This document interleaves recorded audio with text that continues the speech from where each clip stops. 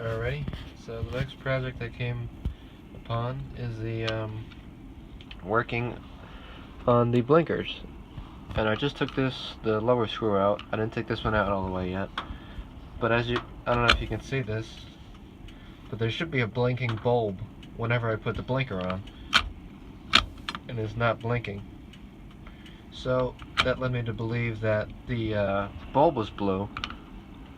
So let me take this screw out and see what the problem is. Oh. What? That's strange. Wire came out. Alrighty. Well, I'll have to fix that now.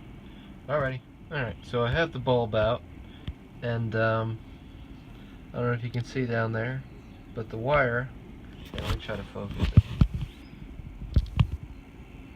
I don't know if you can see down there, but the wire came undone, and this is the tail end of it. So I'm probably gonna have to strip this down, take this apart, and re-clamp it on there somehow. I'm not really sure how, but I gotta take this bulb out and look at the assembly. I'm not sure if this bulb is still good. It looks like it. The filament is still there, but I don't know. I'm gonna have to take it apart more. Alright. Alrighty, so I got the wire out of here. So all I need to do now is strip this wire down a little bit, strip it down, and see if I can jam it on there to make contact with the bulb. Okay, the wire is stripped and ready to go into the bulb fitting.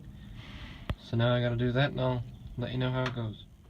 Alrighty, so there's the new blinker relay. I might return that because it turns out that wasn't the problem. This was the problem, the inline fuse that I forgot about. So when that wire came off the bulb, it must have short-circuited, and this is the result. The fuse blew. So I should have checked that first, but I didn't. But oh well. I bought a new pack of fuses, so I'll have that in case it blows again. Hopefully it doesn't, and hopefully that wire doesn't come undone again. But another thing solved.